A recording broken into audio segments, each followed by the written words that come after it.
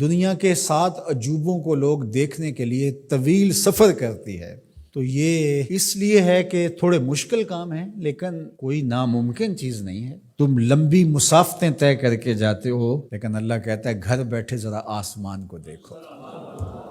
1 fit کی tile دنیا کا بڑے سے بڑا معمار بغیر کسی سپورٹ کے یا ستون کے کھڑی نہیں کر سکتا۔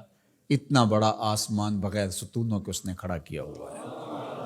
ذرا غور تو کرو، تدبر تو کرو، اور زمین کو دیکھو، زمین کیسے ہموار کر دی گئی۔ اللہ اکبر، دیکھنے کو تو مٹی ہے، لیکن اس مٹی کے اندر جب بیج ڈالتے ہیں تو مٹی کا رنگ کیسا ہے، اور جو بیج اگتا ہے وہ کونپل کا رنگ سبز ہوتا ہے۔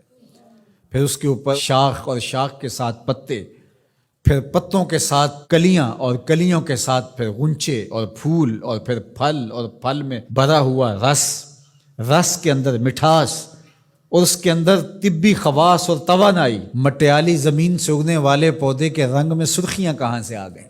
اس کے پتوں میں سبزی کہاں سے آ گئی؟ زمین کو سیلی ہے، لیکن اس سے نکلنے والے پودے کے اندر رس اور مٹھاس کہاں سے آ گئے؟ تم اپنی مٹی کو دیکھو اور آسمان کو دیکھو، کہیں ایک قدم بھی چل کے نہ جاؤ، تم خدا کو ماننے پہ مجبور ہو جاؤ گے۔ حضرت شیخ فرید الدین عطار کا ایک شعر مجھے یاد آیا، کیا خوبصورت بات کہی۔ سانئ کزتی سلاتی می کند، کیسا کاریگر ہے، مٹی سے بادشاہ بنا دیتا ہے۔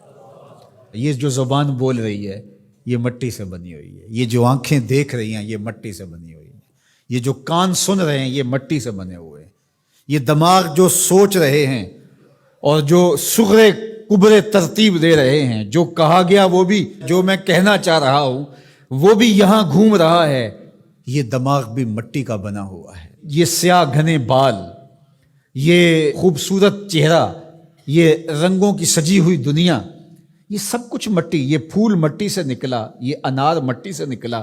انار کے اندر جو پیکنگ ہے یہ مٹی کی بنی ہوئی ہے، اس کے اندر جو رس رکھا ہوا ہے، بھرا ہوا ہے، وہ بھی مٹی سے پیدا ہوا ہے، اس کے اندر مٹھاس بھی مٹی سے آئی۔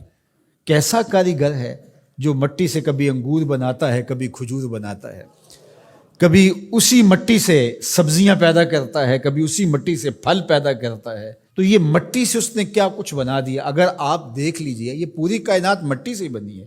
یہ جو خوبصورت میز آپ کو دکھ رہی ہے یہ کہاں سے نکلی؟ یہ درخت سے آئی نہ، درخت کہاں سے نکلا؟ یہ مٹی سے نکلا۔ یہ لوہا کہاں سے نکلا؟ یہ مٹی سے نکلا۔ یہ ستون کہاں سے آیا؟ مٹی سے۔ یہ قالین کہاں سے آیا؟ یہ جو کپاس اگتی ہے اور یہ کپڑے بنتے ہیں یہ کہاں سے آئے؟ آپ بولیں گے مٹی سے۔ اپنے عضو کو دیکھ لیجئے، یہ سب مٹی سے بنے ہیں۔ آپ نظر گھما کر کے دیکھ لیں، آپ کو جو بھی شے نظر آئے گی آپ کو مٹی سے نکلی، زمین سے نکلی ہوئی دکھائی دے گی۔ غور کر لیں، تدبر کر لیں۔ اللہ اکبر، یہ شہنشاہ، یہ کج کلا، یہ کاریگر، یہ شاعر، یہ ادیب، یہ فلسفی، یہ بال کی کھال ادھیڑنے والے، یہ باتوں میں حسن پیدا کرنے والے، یہ شعر و دنیا کے بڑے بڑے جادوگر، یہ کہاں سے نکلے؟ جواب آیا مٹی سے نکلے۔ واختلاف اللیل والنہار، دن اور راتوں کا بدلنا۔ اب سورج کی روشنی اتنی ہے کہ ماحول منور ہے، پھر دھیمی دھیمی تاروں کی چھاؤں ہوگی۔ کبھی دن آتا ہے، کبھی رات آتی ہے، کبھی صبح کا سپیدہ نمودار ہوتا ہے، کبھی شام کے دھندلکے ہوتے ہیں، کبھی کالی رات دبیز چادر اوڑے آ جاتی ہے، کبھی چٹا دن ہوتا ہے، کبھی گرم دھوپ ہوتی ہے، کبھی کڑکتی دوپہر ہوتی ہے، کبھی برستی بارش ہوتی ہے، کبھی گھر کے سرمئی بادل آ جاتے ہیں، کبھی کوس قزا کی رنگینیاں ہوتی ہیں، کبھی دھنک کی شوخیاں ہوتی ہیں، کبھی بادلوں کی اوٹ سے جھانکتا ہوا چاند دکھائی دیتا ہے، کبھی سورج بادلوں کے پیچھے چھپتا نظر آتا ہے، کبھی درد غروب سے زرد لگتا ہے، کبھی سرخ ٹکیا سورج کی دکھائی دیتی ہے، کبھی اتنا روشن کہ دیکھا نہیں جا سکتا۔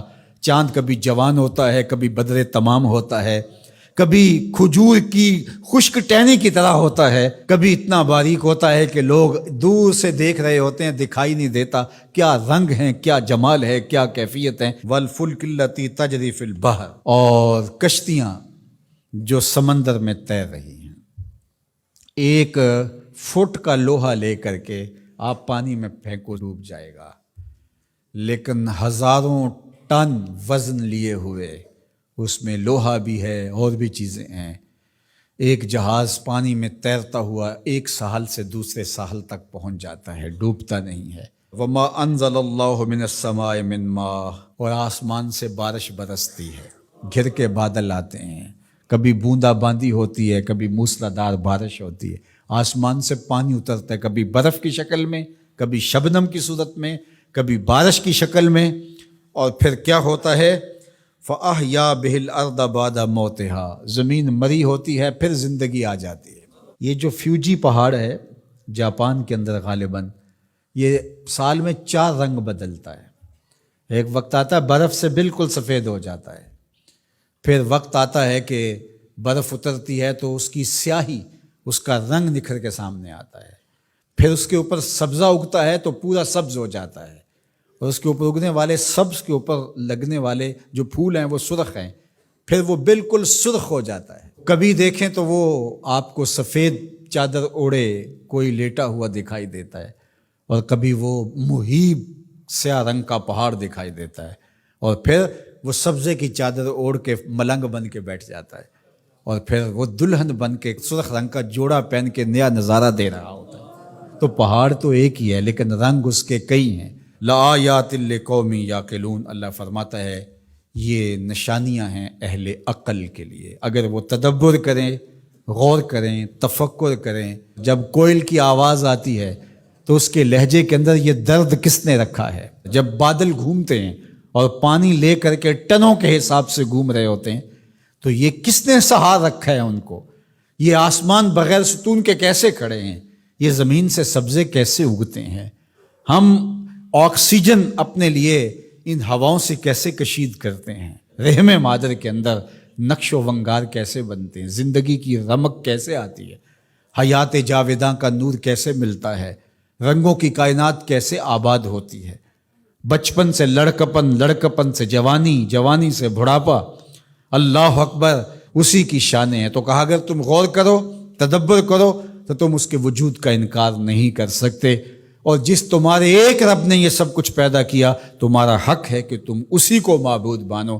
تمہاری پیشانی، تمہاری جبین نیاز کسی اور کے آگے نہیں جھکنی چاہیے، تمہارا سر جھکے تو مالک کی دہلیز کے اوپر۔